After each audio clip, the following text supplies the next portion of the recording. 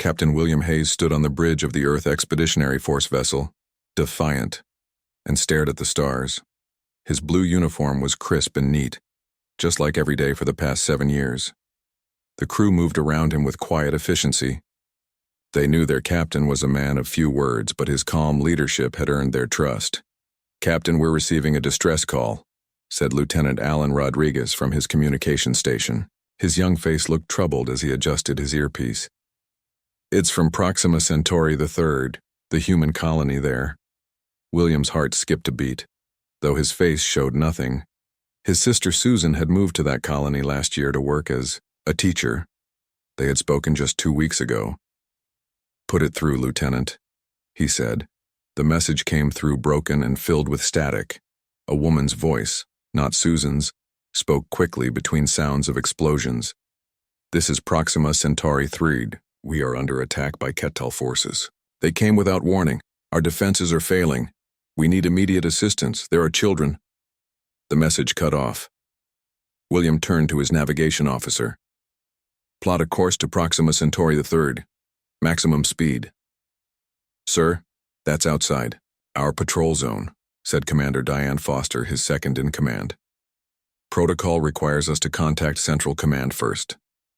William looked at her. His gray eyes were steady. "Note your objection in the log, Commander, then plot the course." The Defiant jumped to faster-than-light travel minutes later. William went to his quarters and pulled up a photo of Susan on his personal screen. She was smiling, her arm around a group of children from different human colonies. Her work meant everything to her. "We're coming, Sue," he whispered. Dr. Karen Wallace, the ship's xenobiologist, watched the captain from the doorway of the bridge. She had been studying the neurological patterns of different species for years. Humans were especially interesting to her because of their unusual brain chemistry. Unlike most intelligent species in the galaxy, humans had evolved with extreme emotional ranges. The Defiant arrived at Proxima Centauri III 17 hours later. What they found made even the most seasoned crew members gasp. The colony, once home to 15,000 people, was mostly destroyed. Buildings burned. The protective dome that kept the atmosphere breathable had cracks running through it, hastily patched with emergency sealant. The orbital defense platforms were broken pieces of metal floating in space. "Life signs?" William asked, his voice perfectly level. "Scattered, sir," replied the sensor operator. "Maybe 2,000 survivors. They're gathered in the central shelter. Get me a secure landing zone. Prepare all medical teams. Alert Central Command about what we've found." The Defiant landed an hour later. William led the first team down to the surface. The air smelled of burned plastic and worse things. Survivors stared with hollow eyes as the Earth forces moved through the ruins. In the central shelter, William found the colony leader, a man named Greg Peters. His arm was in a makeshift sling, his face covered in cuts. "The Ketal came without warning," Greg said. His voice was rough from smoke. "They said we had expanded beyond our allowed territory, that this world belonged to them according to some ancient claim. We told them the Concordat had approved our colony 20 years ago. They didn't care." "Casualties?" William asked. "At least 13,000 dead or missing," Greg said. "They targeted residential areas first, then schools." William's face remained calm, but something deep in his eyes changed. "Schools?" Dr. Wallace, who had come with the medical team, noticed the shift in the captain's voice. It was subtle. No one else would have caught it. "Yes, they hit the education center during day hours. We had..." Greg's voice broke. "We had almost 800 children in there." William's hands, which had been relaxed at his sides, slowly curled into fists. "Were there any survivors from the education center?"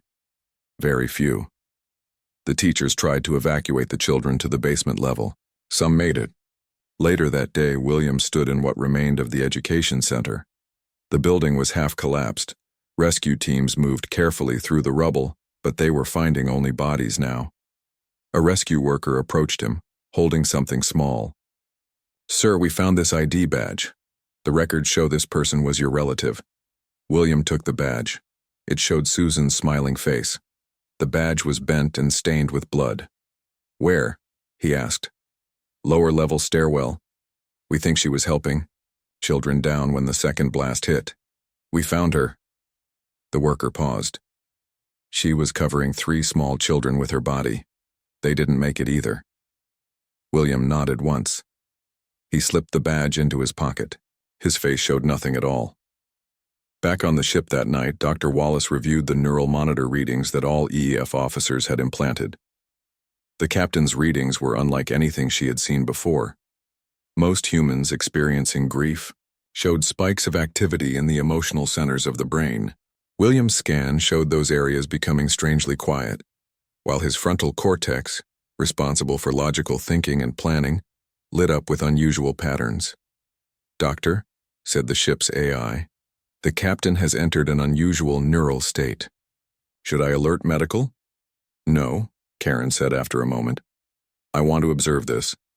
The next morning, William called a meeting with his senior officers. His voice was measured and calm as he outlined their next steps: caring for survivors, documenting the attack, preparing reports for Earth and the Galactic Concordat.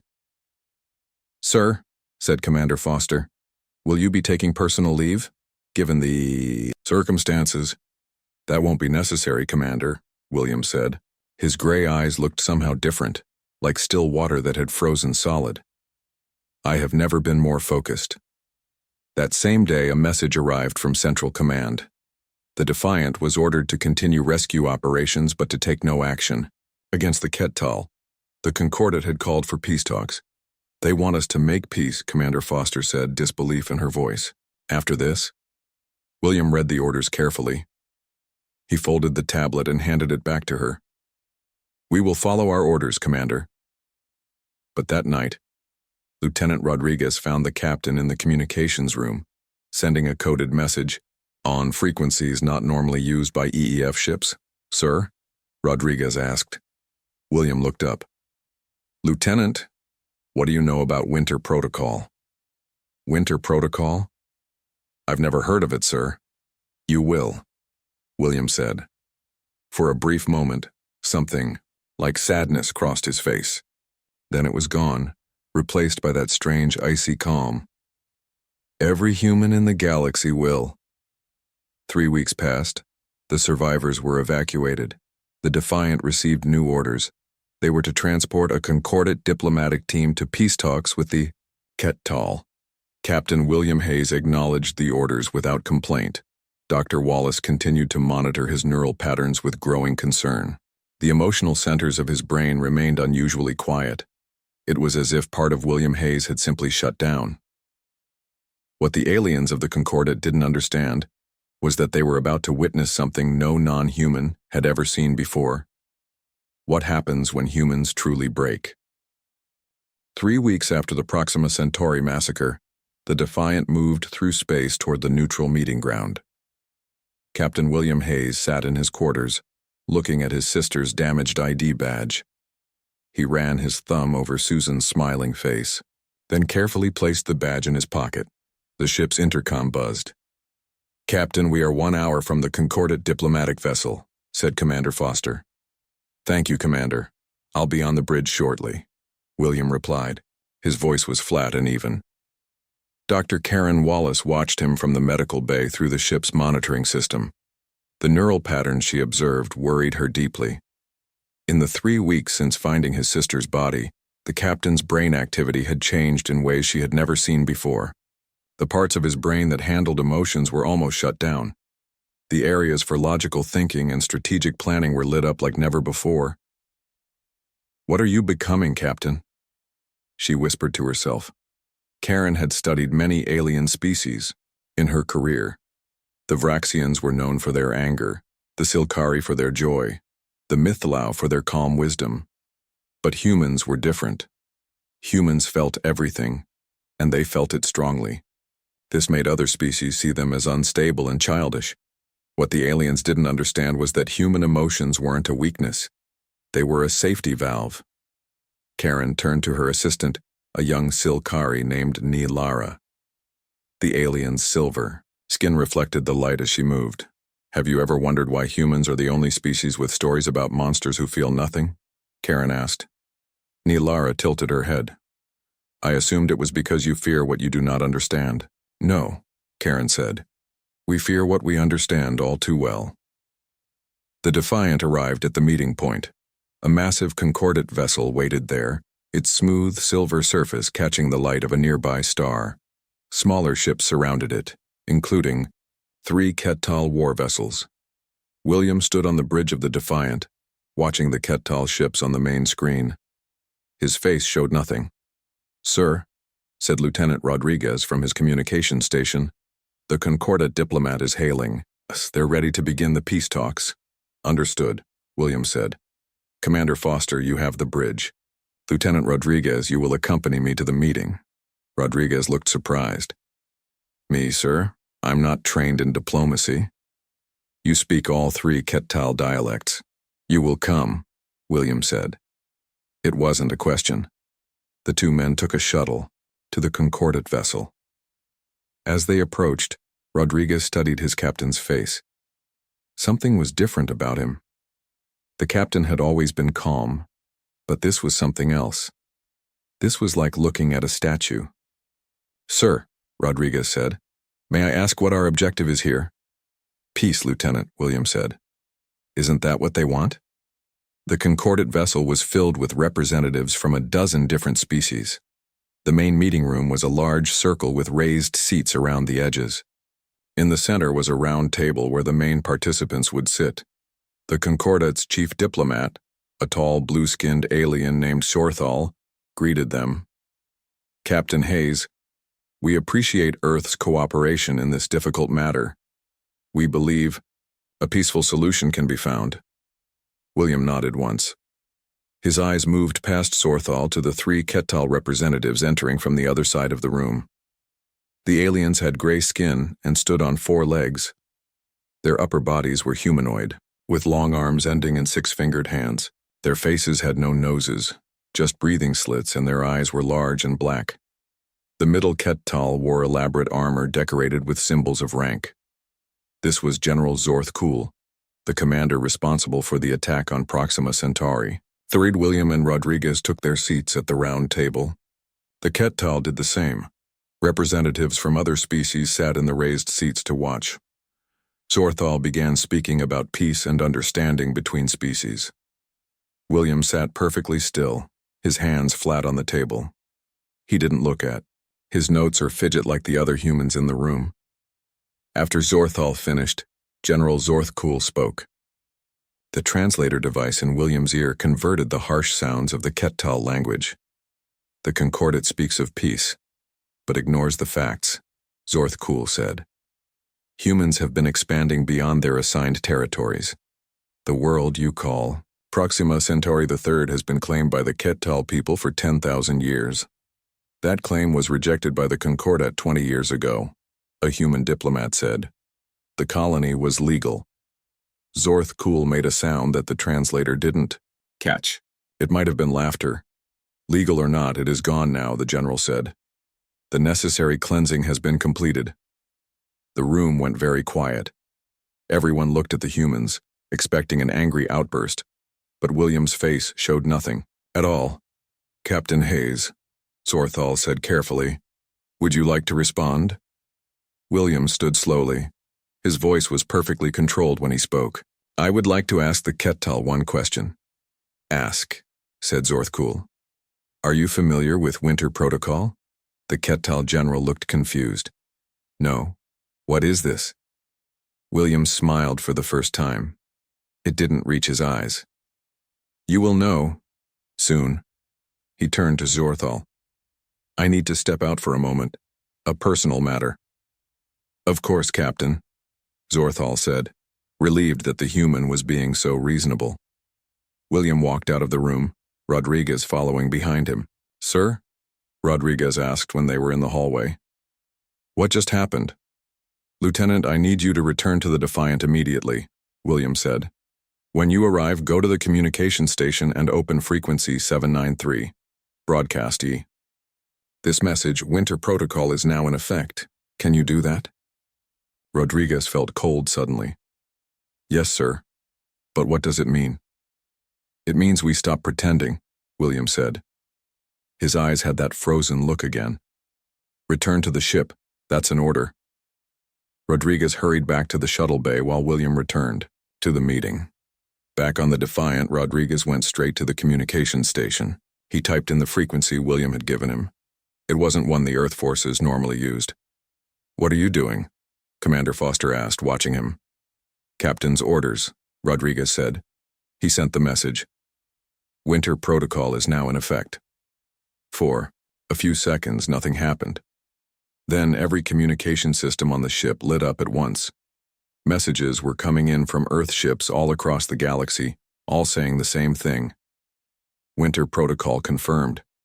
Awaiting coordinates. On the bridge of the Defiant, the human crew members suddenly stopped what they were doing. They looked at each other with strange, calm expressions. "What's happening?" asked Lara, who had come to the bridge with Dr. Wallace. Karen watched her human colleagues with growing concern. "Something I've only read about in old Earth military histories," she said. "A coordinated response to an existential threat." Commander Foster turned to Rodriguez. "Send our coordinates to all responding ships, priority level Alpha." "What are you doing?" Lara asked, her silver skin reflecting her growing fear. "What we've always been prepared to do," Foster replied, her voice as cold as the captain's had become. "Winter is coming." On the Concordat vessel, the peace talks were going nowhere. The Kettal refused to admit wrongdoing, and the Concordat representatives were unwilling to punish them. Suddenly, all the translator devices in the room spoke at once in perfect Concordat standard. "Protocol Winter is now in effect." The aliens looked confused. The human representatives stood up as one and walked out of the room without another word. William stayed seated. General Zorth Kuhl stared at him. "What is happening, human?" the general demanded. William looked at him with those frozen eyes. "You should have studied our history more carefully," he said quietly. "Humans have a saying, 'Beware the fury of a patient man.'" In space around them, hundreds of human ships began to appear, dropping out of faster-than-light travel with perfect precision. The galaxy was about to learn what happened when humans truly broke. The Concordat diplomatic vessel shook as its engines powered up. Outside, more human ships appeared every minute. They moved with perfect coordination, forming a tight pattern around the meeting area. The Kettal ships tried to leave, but found themselves blocked at every turn. On the bridge of the Defiant, Lieutenant Rodriguez watched the screens with growing amazement. He had served in Earth's Space Forces for 7 years, but he had never seen anything like this. Human ships that normally operated alone were now moving like parts of a single organism. "Commander Foster," he said, "how are they coordinating so precisely?" "Winter protocol," she replied simply. Her eyes had the same cold look that the captains had developed. "It was created 50 years ago when Earth first joined the Concordat." "But what is it exactly?" Rodriguez asked. He felt strange, like he wasn't fully part of what was happening. All around him, his human crewmates moved with quiet efficiency, speaking in short, clipped sentences. Dr. Karen Wallace stepped onto the bridge with Lara close behind her. The Silkari ambassador looked frightened. "Winter protocol is humanity's final defense," Karen explained. She seemed to be the only human besides Rodriguez who wasn't acting strangely. "When Earth joined the galactic community, our leaders worried that aliens might see our emotions as a weakness to exploit. They created a contingency plan." Lara's silver skin had dulled with fear. "But what does it do to your people?" Karen watched as Commander Foster issued orders to the crew. "It changes us. Normal human behavior is driven by emotions. We feel, then we act. Winter protocol reverses that. Logic becomes primary. Emotion is suppressed." On the main screen, they could see the Concordat vessel. Captain Hayes was returning to the Defiant in a shuttle. The human fleet continued to grow around them. "It's like they're becoming a hive mind," Lara whispered. "Not exactly," Karen said. "We're still individuals. We're just optimized." The shuttle docked, and minutes later, William walked onto the bridge. The crew stood Little straighter as he entered. "Status report," he said. 117 Earth ships have arrived. Commander Foster responded. 53 more expected within the hour. The Kettal vessels are contained. William nodded once. "The Concordat representatives?" "Requesting to speak with you, sir. They seem confused." A small, cold smile touched William's lips. "I imagine they are." He turned to Rodriguez. "Lieutenant, open a channel to all Earth ships." Rodriguez did as ordered. William stood before the communications panel, his back straight, his hands clasped, behind him. "This is Fleet Commander Hayes," he said. The title was new. No one had given it to him, but no one questioned it either. "Winter Protocol Phase 1 is complete. Begin Phase 2. Throughout the fleet, human ships began to move. They separated into 3 groups. The largest remained around the diplomatic vessel. The second headed toward Kettal space. The third spread out across nearby sectors. The Concordat representatives were now desperately trying to contact the human ambassador on Earth.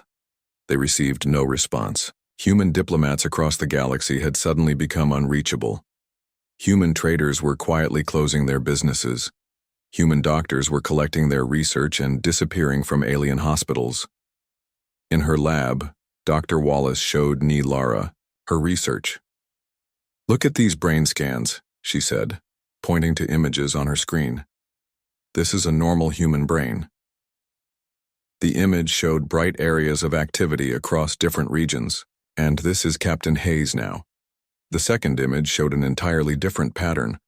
Almost all activity was concentrated in the logical centers. The emotional areas were nearly dark.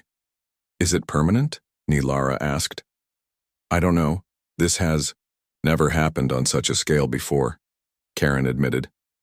"There are stories from Earth's history of individuals entering this state during times of extreme crisis. Some returned to normal afterward. Others didn't." On the bridge, William received a message from the Concordat's main representative. "Captain Hayes," Zorthal said, his blue face showing clear distress. "What is happening? Why have all human representatives suddenly stopped communicating?" "You allowed the Kettal to massacre a human colony," William replied calmly. "Then, you invited us to make peace with them." "The Concordat seeks balance among all species," Zorthal protested. "The time for balance has passed," William said. "Now we seek justice." The communication ended. William turned to Foster. "Prepare a strike team. I want General Zorth Kuhl brought to the Defiant." Within an hour, Earth Special Forces had boarded the diplomatic vessel, moved past the stunned Concordat security, and captured the Kettal general. They brought him to the Defiant's holding cell. William went to see the prisoner. General Zorth Kuhl stood on his 4 legs in the center of the cell, his black eyes watching William with hatred. "You violate all diplomatic rules," the general said. "The Concordat will punish your species for this." "The Concordat can't help you now," William replied. He pulled Susan's damaged ID badge from his pocket and held it up. "Do you recognize this?" "I do not care about your trinkets, human. This belonged to my sister. She was a teacher on Proxima Centauri III. She died trying to protect children from your attack." For the first time, the general looked uncertain. One death means nothing in war. It wasn't one death, it was 13,000, and it wasn't war, it was murder. William's voice never rose, never showed anger. That made it more frightening. "You will answer for each of them." Meanwhile, human ships had reached Kettal space. Reports came in of precision strikes against military targets. The human forces weren't attacking civilian areas. They were methodically dismantling the Kettal's ability to make war. Rodriguez monitored communications between Earth ships. There were no battle cries, no emotional speeches about revenge. Just coordinates, timing, and damage assessments. The humans were fighting with cold mathematical precision. The third group of ships had reached commercial hubs across the sector. Human merchants were closing their businesses and loading their goods onto the waiting vessels. Banks found that human investors were withdrawing their money. Supply chains that depended on human shipping suddenly broke down. The galactic economy, which had become surprisingly dependent on human participation, began to falter. Nilara watched, all this from the Defiance observation deck.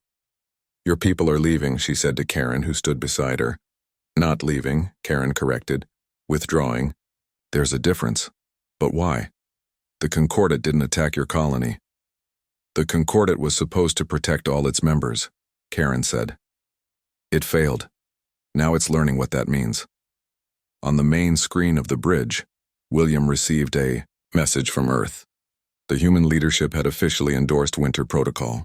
What had started as Captain Hayes's response to his sister's death was now humanity's official policy. "What are your orders, Fleet Commander?" asked Commander Foster. William looked at the stars on the screen. Somewhere out there was Proxima Centauri 3, where Susan had died trying to protect children who weren't even hers. "Send this message to all human ships and settlements," he said. "Winter Protocol is now fully active. We stand alone until justice is done." Throughout human space, people who had never heard of Winter Protocol found themselves instinctively knowing what to do. Like birds that somehow know when to migrate, humans across the galaxy felt the pull of something ancient in their shared DNA, something that had helped their ancestors survive when all seemed lost. The galaxy was beginning to freeze, and the cold was spreading from humanity outward. Winter had come. 2 months after Winter Protocol began, the galaxy was in crisis. Planets that had traded with human colonies found their economies struggling. Medical centers that had relied on human doctors couldn't help all their patients. Ships that needed parts made in human factories couldn't fly. The Concordat called an emergency meeting on their central world. Representatives from every major species attended except humans. They sat in a huge round room arguing about what to do. "The humans have gone mad," shouted a Vraxian delegate, pounding his heavy fist on the table. "They've destroyed half the Kettal fleet. But they haven't harmed any civilians," noted a small insect-like Trillax. "Their attacks are precise." "That doesn't matter," the Vraxian roared. "They're acting outside Concordat law." At the center of the room, Sorthal tried to keep order. The blue-skinned diplomat looked tired. For 2 months he had tried to contact human leaders without success. "Please," he said, raising his long arms for quiet. "Fighting among ourselves won't help. We need to understand what's happening." The doors at the back of the room opened. Everyone turned to look. Dr. Karen Wallace walked in, followed by Nilara. The human doctor wore a simple Earth uniform without rank markings. Her face was calm, but not frozen like other humans had become. "Dr. Wallace has agreed to explain the Winter Protocol to us," Sorthal announced. "She is here with Commander Hayes's permission." Karen walked to the center of the room. She carried a small device that projected images when she placed it on the table. "Thank you for allowing me to speak," she said. "I'm here to help you understand what humanity has become." The first image showed a human brain, with bright areas showing normal activity. "This is a typical human brain," Karen explained. "As you can see, we normally have high activity in regions that process emotions. This makes us different from most of you." She looked around the room. "Most species in the Concordat evolved with stable emotional states. You feel things, but not with our intensity." She changed the image. Now they saw a different pattern, with most activity concentrated in specific areas. "This is a human brain under Winter Protocol. The emotional centers are suppressed. Logic, coordination, and strategic thinking are enhanced." A Mithlao elder spoke up, her voice soft with age. "Why would your species evolve such an ability?" "Survival," Karen said simply. "Early humans lived in a dangerous world with many predators. We were not the strongest or fastest creatures. When normal emotional responses like fear would get us killed, some humans could enter this state, calm, focused, able to do whatever was necessary to survive." She changed the image again. Now they saw scenes from human history. Battles, explorations, people working together in extreme conditions. Throughout our history, this ability helped us survive. When things were at their worst, when emotions would be overwhelming, some humans could enter this state temporarily. We called it many things: battle focus, cold fury, the zone. But it was always the same. a state where emotion is set aside to ensure survival. How does this help us now? The Vraxian demanded. How do we stop it? Karen looked at him calmly. You don't understand. Winter Protocol isn't an attack. It's a withdrawal. Humans believed the Concordat would protect us. It didn't. So now we protect ourselves. On the main screen of the Defiant, Fleet Commander William Hayes watched Karen's presentation to the Concordat. His face showed nothing as she explained what humanity had become. Beside him, Lieutenant Rodriguez studied his captain's profile. In the 2 months since Winter Protocol began, Rodriguez had noticed small changes in William. Sometimes, when the commander thought no one was looking, he would take out Susan's ID badge and look at it. In those moments, something flickered behind his eyes, a hint of the man he used to be. Sir? Rodriguez said carefully. Dr. Wallace is doing well explaining our position. William nodded once. That's why I sent her. The Concordat needs to understand, before we move to the next phase. Next phase, sir? William turned to look at him. Did you think this was all we planned, Lieutenant? Winter Protocol has barely begun. Across human space, massive construction projects were underway. Orbital platforms, defense systems, and new types of ships were being built with incredible speed. Humans worked together with machine-like efficiency, barely speaking, focused, entirely on their tasks. On Earth, scientists were developing new technologies at an astonishing rate. Breakthroughs that might have taken decades were happening in weeks. Without emotions to distract them, without office politics or personal conflicts, human minds were achieving their full potential.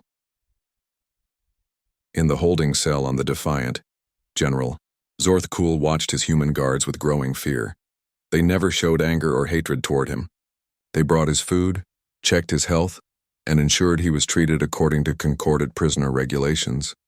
But they never spoke an unnecessary word. Their eyes never showed any emotion. Somehow, this was more frightening than if they had tortured him. Back at the Concordat meeting, Karen continued her explanation. You've all misunderstood humans from the beginning, she told the representatives. You saw our emotions as a weakness, something that made us unpredictable and childish. What you failed to understand is that our emotions don't make us weak. They make us merciful. She paused to let this sink in. Our emotions are what keep us from becoming what you see now. And what exactly are you now? Asked Zorthal quietly. Efficient, Karen said. Strategic. Unstoppable. The room was silent as the alien representatives considered this. Finally, a Silkari delegate spoke up. These construction projects in human space. What are you building? Protection, Karen replied. We're ensuring that what happened on Proxima, Centauri III, never happens again. The Vraxian stood up, his massive form towering over Karen. The Concordat will not be threatened. If humans continue these actions, we will have no choice but to consider you enemies. Karen looked up at him, unafraid. With respect, that would be a mistake. Humans under Winter Protocol don't recognize threats or respond to intimidation. We simply calculate the most efficient response and execute it. On the Defiant, William received a message from Earth. Their new defensive systems were ready for testing. He approved the activation with a single command. Throughout human territory, massive shield generators came online. Energy fields linked together, creating a protective network that could be expanded or contracted as needed. New weapons platforms moved into position, their targeting systems more advanced than anything the Concordat had seen before. The message was clear. Humanity was preparing for the possibility that the entire galaxy might turn against them.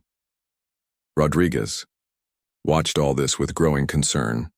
The Winter Protocol was working with frightening efficiency, but he wondered what would be left of humanity when it was over. He had started noticing changes in himself too, a coldness in his thinking, a distance from his own feelings. One night, he found himself looking at a photo of his family back on Earth. He felt like he was looking at strangers. That frightened him more than anything the Kettal could do. He went to William's quarters and requested permission to enter. The commander was sitting at his desk reviewing battle plans. What is it, Lieutenant? William asked without looking up. Sir, I'm concerned about the long-term effects of winter protocol on our people, Rodriguez said. Dr. Wallace's research suggests there may be a point of no return, a time after which we can't go back to who we were. For a moment, William said nothing. Then he looked up, and Rodriguez saw something in his eyes, a brief flicker of the man who had existed before, finding his sister's badge. I know, Lieutenant, William said quietly. But what choice do we have? The galaxy needs to learn what happens when humans break. Outside, the stars seemed colder than before, as if the winter spreading from humanity had reached even them. 3 months into winter protocol, Lieutenant Rodriguez noticed the first signs of trouble. Crew members on the Defiant were showing symptoms of strain. Their movements, once precise and efficient, became stiff. Some complained of headaches. Others had trouble sleeping. Dr. Karen Wallace confirmed his fears when he visited her lab. The human brain isn't meant to operate this way forever, she explained, showing him new brain scans. What you're seeing are the first signs of damage. Can it be reversed? Rodriguez asked. Yes, if we end winter protocol soon, Karen said. But if it continues much longer, the changes may become permanent. She looked worried for the first time since everything began. We need to find a way to end this. While the humans faced this internal crisis, the Concordat faced an external one.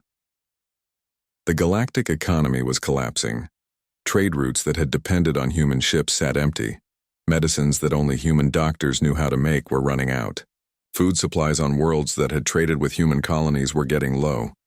Ambassador Nilara saw an opportunity. She arranged a private meeting with Zorthal and the leaders of the Concordat Council. You still don't understand what winter protocol really is, she told them. It's not a conquest strategy. It's a defensive withdrawal. Humans aren't trying to take over the galaxy. They're removing themselves from a community they no longer trust. What difference does that make? Asked a Vraxian counselor. The effect is the same. No, Nilara insisted. If you see it as an attack, you'll respond with force and the humans will simply escalate. But if you see it as what it truly is, a broken trust, you can respond differently. The council members looked at each other. Zorthal spoke first. What do you suggest? A new kind of agreement, Nilara said. One that acknowledges the wrong done to humanity and makes real changes to prevent it from happening again. On the Defiant, Rodriguez brought his concerns to William. The commander listened without expression, but Rodriguez thought he saw something flicker in his eyes when he mentioned the possible brain damage. Dr. Wallace is certain? William asked. Yes, sir. She says we have maybe 3 more weeks before the damage becomes permanent in some people. The younger crew members might recover fully. Others. He left the sentence unfinished. William stood and walked to the window of his quarters. For a long moment, he stared at the stars. My sister loved teaching, he said suddenly. The personal comment startled Rodriguez. It was the first time William had spoken about Susan since finding her badge. She believed in building bridges between species. She thought humans had a special role to play in the galaxy because of our emotional range. He turned back to Rodriguez. For a brief moment, his eyes seemed warmer. She would hate what we've become. Rodriguez saw his chance. Sir, maybe there's a way to honor her memory and still achieve justice. Before William could respond, an urgent message came through. The Concordat High Council was requesting a meeting with him, not as a prisoner or criminal, but as the representative of humanity. The meeting was set for the next day on a neutral space station. William agreed to attend with a small team. He chose Rodriguez, Dr. Wallace, and Commander Foster to accompany him. When they arrived, they found the station filled with representatives from every major species in the galaxy. The High Council members sat at a raised table at the front of the main hall. Zorthal stood as William and his team entered. Fleet Commander Hayes, thank you for coming. We have a proposal for humanity. William's face showed nothing as he took his seat. I'm listening. First, a full accounting for the Ketal crimes against your colony, Zorthal said. General Zorthkul and his officers will face justice under both Concordat and human law. William nodded once. Continue. Second, reparations for all human, lives lost and property destroyed in the attack. And third? William asked, his voice still cold. A fundamental restructuring of the Concordate's mutual defense agreements, Sorthal said. No member species will ever again be left unprotected as your colony was. For a long moment, William said nothing. The room was completely silent. The Winter Protocol was never meant to be permanent, he finally said. It was designed as a lesson to show the galaxy what humanity becomes when pushed too far. We have learned that lesson well, Sorthal said quietly. Rodriguez watched William carefully. The commander's face remained calm, but something was happening behind his eyes. A battle between the cold logic of Winter Protocol and the emotions that made him human. Rodriguez took a risk. He pulled out a small holographic projector and placed it on the table. When he activated it, an image appeared. Susan Hayes, surrounded by children of different species. She was smiling, teaching them something, her face full of warmth and passion. "Sir," Rodriguez said softly. "What would she want?" William stared at the image of his sister. For the first time in months, his expression changed. A single tear formed in the corner of his eye. Winter Protocol was never about revenge, William said, his voice different now, warmer.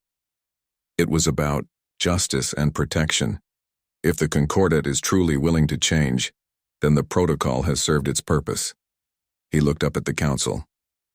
"I accept your proposal on behalf of humanity, with one condition. A memorial will be built on Proxima Centauri III, not just for the humans who died there, but as a reminder of what happens when the strong fail to protect the vulnerable." "Agreed," Sorthal said immediately.